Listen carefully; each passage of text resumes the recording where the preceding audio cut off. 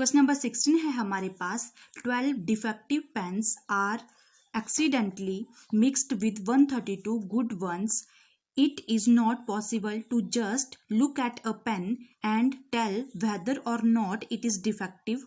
One pen is taken out at random from this lot. Determine the probability that the pen taken out of a good one. तो सबसे पहले जो हमारे पास given था हम वही लिखेंगे. तो गिवन क्या दिया हुआ था हमारे पास? नंबर ऑफ, सबसे पहले लिखेंगे नंबर ऑफ डिफेक्टिव पेन. तो डिफेक्टिव पेन्स कितने थे हमारे पास? 12. ठीक है. और अच्छे पेन कितने थे? 132.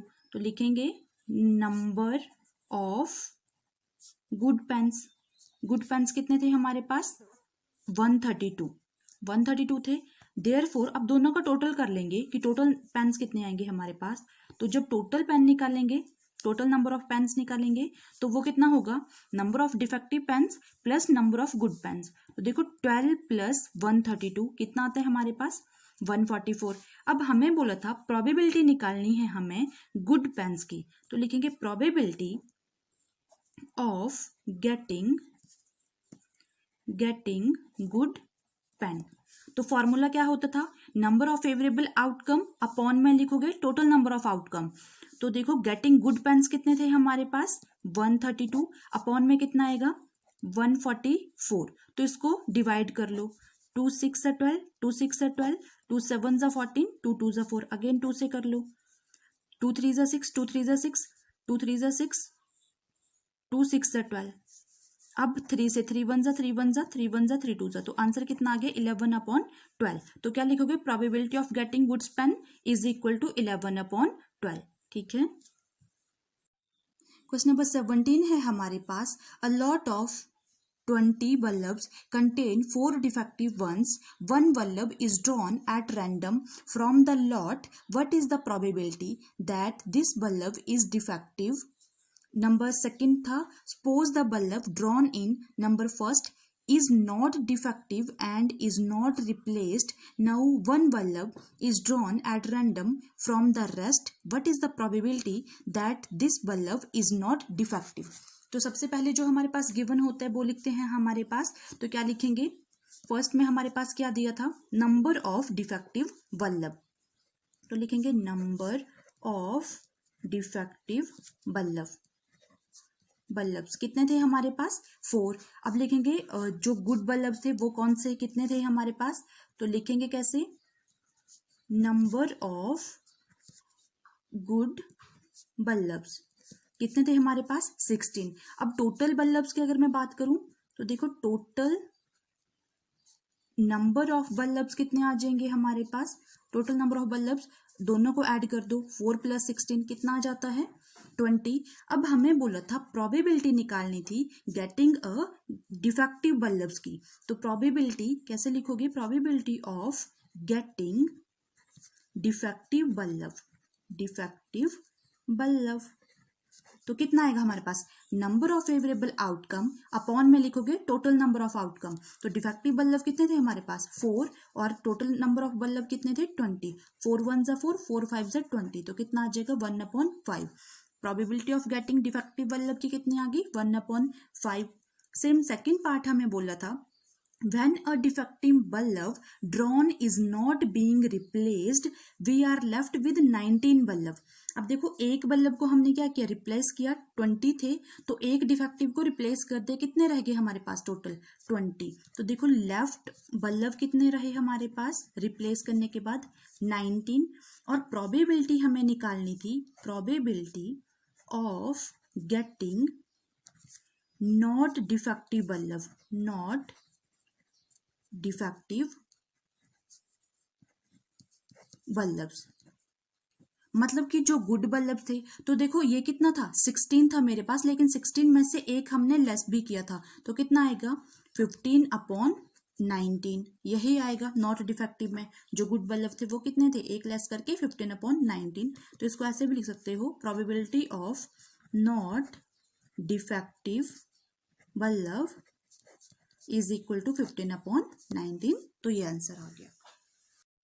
क्वेश्चन नंबर 18 है हमारे पास। A box contains 90 dices which are numbered from 1 to 90. If one dice is drawn at random from the box, find the probability that is where's number 1 a 2 digit number, number 2 था a perfect square number, और third था a number divisible by 5। अब देखो सबसे पहले given क्या था हमारे पास, गिवन था हमारे पास 1 से लेके 90 तक नंबर थे टोटल हमारे पास।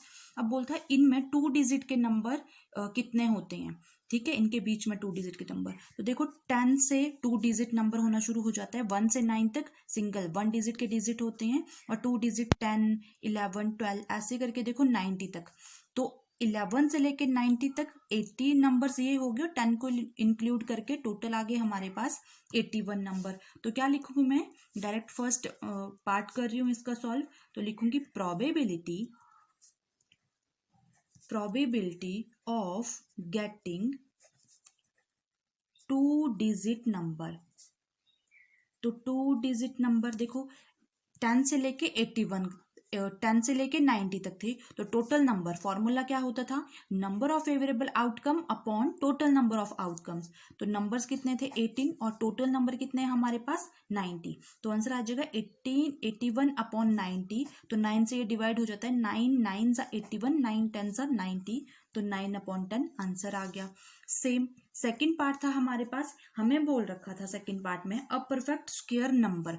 अब देखो 1 से लेके 90 तक हमने बताने थे परफेक्ट स्क्वायर। तो परफेक्ट स्क्वायर कौन कौन से होते हैं, 1 का स्क्वायर 1 आता है, 2 का स्क्वायर 4, 3 का 9, 4 का 16, 5 का 25, 6 का 36, 7 का 49, 8 का 64, 9 का 81 और 10 का 100, तो वो ज्यादा हो जाता है। तो टोटल कितने नंबर आ गए देखो, 1 2 3 4 5 6 7 8 9, टोटल नंबर्स आ गए हमारे पास 9। तो क्या लिखेंगे हम, प्रोबेबिलिटी ऑफ गेटिंग किसका था ये, परफेक्ट स्क्वायर का। तो परफेक्ट स्क्वायर कितना आ जाएगा, number of favourable outcome upon आएगा टोटल नंबर ऑफ नंबर्स। तो टोटल नंबर 1 2 3 4 5 6 7 8 9, 9 नंबर थे, और टोटल नंबर ऑफ आउटकम कितने थे 90। तो 9 1 जा 9, 9 10 जा 90, तो कितना आ जाएगा 1 अपॉन 10। सेम थर्ड पार्ट था हमारे पास, थर्ड पार्ट में बोला था अ नंबर डिविजिबल बाय 5। अब 1 से लेके 90 तक नंबर बताने थे, 1 से लेके 90 तक, और जो हमारे पास 5 से डिविजिबल होते थे। तो कौन कौन से नंबर होते हैं देखो, एक तो 5 होगा, फिर 10, 15, 20, 25, 30, 35, 40, 45, 50, 55, 60, 65, 70, 75, 80, 85 और 90। तो 1 से लेकर 90 तक टोटल नंबर कितने थे हमारे पास, 1 2 3 4 5 6 7 8 9 10 11 12 13 14 15 16 17 18, टोटल नंबर हो गए, नंबर ऑफ आउटकम हमारे पास 18। तो क्या लिखेंगे, देयरफॉर, या फिर पहले लिख लो यहाँ पर, there are 18 numbers divisible by 5। अब लिखेंगे हम probability of number getting divisible by 5। तो कितने नंबर थे हमारे पास 18, और टोटल नंबर कितने थे हमारे पास 90। 18 1 जा 18, 18 5 जा 90, तो आंसर कितना आ जाएगा 1 upon 5। Therefore probability of divisible by 5, तो कितना आ जाएगा 1 अपॉन 5, ये आंसर आ गया हमारे पास। क्वेश्चन नंबर 19 है हमारे पास। A child has a die whose 6 faces show the letters as given below। अब लेटर कौन कौन से थे, A B C D E A। The die is thrown once. What is the probability of getting A और D। अब देखो A इस dice में 2 टाइम्स आ रहे थे, A यहाँ भी है, A यहाँ भी है, और D हमारे पास सिर्फ और सिर्फ 1 टाइम आ रहा था। तो कैसे निकालेंगे प्रोबेबिलिटी, सबसे पहले हम लिखेंगे नंबर ऑफ फेस। तो देखो नंबर ऑफ फेस कितने थे किसके, डाई के वो थे 6 हमारे पास। तो 6 कौन कौन से थे सैंपल स्पेस हमारे पास, A B C D E again A। ए यहाँ पे रिपीट हो रहा था, 2 टाइम्स था हमारे पास, तो प्रोबेबिलिटी बोला था हमें ए निकालने की। तो देखो ए कितने टाइम्स था यहाँ पर, 2 टाइम्स। अब लिखोगे प्रोबेबिलिटी ऑफ गेटिंग ए। तो फॉर्मूला वही है हमारे पास, number of favourable outcome upon total number of outcome. अब ए कितने टाइम्स था, 2 टाइम, और टोटल नंबर कितने थे हमारे पास, 6। तो 2 1 ज़ा 2, 2 3 ज़ा 6, आंसर कितना आ जाएगा, 1/3। ठीक है, प्रोबेबिलिटी ऑफ ए हमारे पास आ गया 1/3। सेम सेकंड पार्ट था हमारे पास, सेकंड पार्ट में बोला था डी आने की प्रोबेबिलिटी बताओ। तो देखो डी कितने टाइम आ रहा था, क्या लिखोगे, प्रोबेबिलिटी ऑफ गेटिंग डी। तो number of favourable outcome upon total number of outcome. D सिर्फ और सिर्फ 1 टाइम आ रहा था, टोटल नंबर थे हमारे पास 6, तो आंसर कितना आ जाएगा, probability of D 1/6। Question number 20 है हमारे पास, suppose you drop a die at random on the rectangular region shown in figure given थी हमारे पास, what is the probability that it will land inside the circle with diameter 1 metre. अब figure given थी, diameter 1 metre था, और ये rectangle था हमारे पास, रेक्टेंगल की लेंथ 3 मीटर थी और विड्थ हमारे पास 2 मीटर थी। तो सबसे पहले जो गिवन है हम वो चीज लिखेंगे। देखो ये फिगर मैंने ड्रॉ कर लिया, यहाँ पर 3 मीटर लेंथ, विड्थ कितनी थी, 2 मीटर। तो हम लिखेंगे लेंथ ऑफ रेक्टेंगल की लेंथ कितनी थी, एल से डिनोट किया, ये था मेरे पास 3 मीटर, और विड्थ कितनी थी मेरे पास, विड्थ ऑफ रेक्टेंगल बी लिख लो इसको, ये थी हमारे पास 2 मीटर। अब देखो रेक्टेंगल का एरिया क्या होता है, तो लिखेंगे area of rectangle is equal to length into width होता है। लेंथ कितनी है 3 और विड्थ कितनी है 2, तो कितना आ जाएगा 6 metre square. Area of rectangle, इस पूरे का एरिया कितना आ गया 6 मीटर स्क्वायर।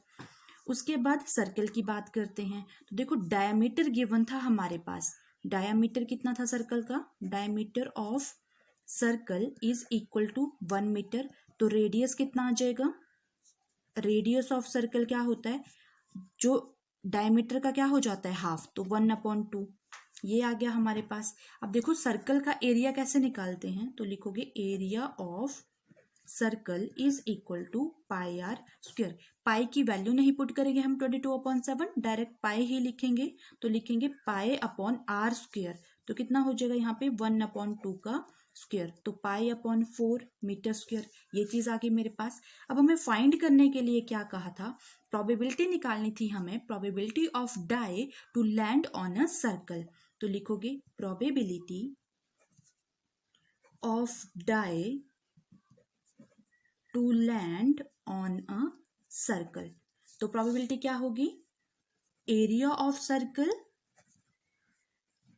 अपॉन में क्या आएगा, area of rectangle, area of rectangle. Formula होता था हमारे पास प्रोबेबिलिटी का, number of favourable outcome upon में टोटल नंबर। तो सर्कल जो था वो रेक्टेंगल के अंदर था, तो क्या आएगा, सर्कल का एरिया अपॉन में आएगा एरिया ऑफ रेक्टेंगल। तो कितना, एरिया ऑफ सर्कल कितना था हमारे पास, पाई अपॉन 4 मीटर स्क्वायर, और एरिया ऑफ रेक्टेंगल कितना था 6 मीटर स्क्वायर। तो देखो मीटर स्क्वायर से मीटर स्क्वायर कैंसिल हो जाएगा, और ये जब सॉल्व करेंगे तो 6 यहाँ पर चल जाएगा, 1/6 बन जाएगा, पाई अपॉन 4 इंटू 1/6, तो ये आ जाएगा पाई अपॉन 6 4 ज़ा 24। तो therefore probability of die to land on a circle कितना आ जाएगा हमारे पास, पाई अपॉन 24। तो ये हमारे पास आंसर आ गया, ठीक है।